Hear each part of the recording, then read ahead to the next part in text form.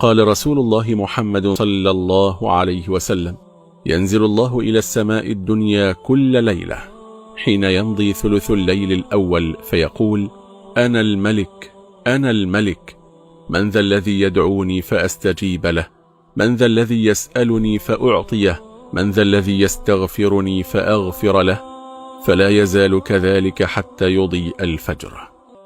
الثلث الأخير من الليل إنه وقت تصفو فيه النفوس، وتطيب فيه العبادة، ويستجاب فيه الدعاء، ويتنزل فيه رب الأرض والسماء إلى السماء الدنيا فيفيض الخير على من طلبه.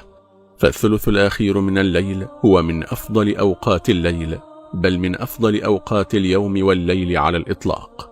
فكم من تائب غفر الله عز وجل له في هذا الوقت، وكم من سائل أعطاه الله جل في علاه، وكم من فقير رزقه الله سبحانه وتعالى، وكم من مظلوم نصره الله، وكم من ظالم لنفسه دعا فهداه الله في هذا الوقت. فهو الوقت الذي تنام فيه كل العيون، ولا يبقى إلا الحي القيوم، فيسمع ويجيب من ينادي ويسأل.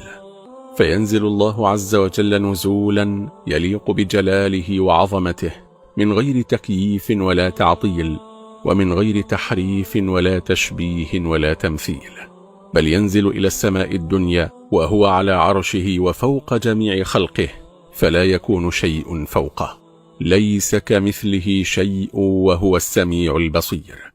فينزل الله إلى السماء الأولى القريبة من الأرض والعباد، وينادي سبحانه في عباده ويقول: من يدعوني فأستجيب له، ومن يسألني فأعطيه، ومن يستغفرني فأغفر له. فيكون جل جلاله أقرب ما يكون من عباده في هذه الساعة. قال رسول الله محمد صلى الله عليه وسلم: أقرب ما يكون الرب من العبد في جوف الليل الآخر، فإن استطعت أن تكون ممن يذكر الله في تلك الساعة فكن. وخص الله عز وجل الثلث الأخير من الليل بالنزول فيه، لأنه وقت خلوة وغفلة واستغراق في النوم واستلذاذ به. وبالنسبة للمؤمن القائم هو وقت لمفارقة اللذة والراحة.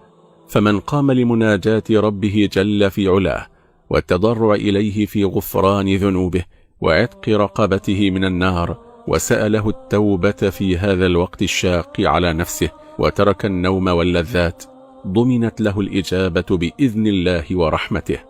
فهو وقت تخلو فيه النفس من خواطر الدنيا، ويستشعر العبد الإخلاص لربه، فتقع الإجابة منه تعالى، رفقا من الله بخلقه ورحمة منه بهم، فهم بالأسحار يستغفرون ويدعون الله سبحانه وتعالى.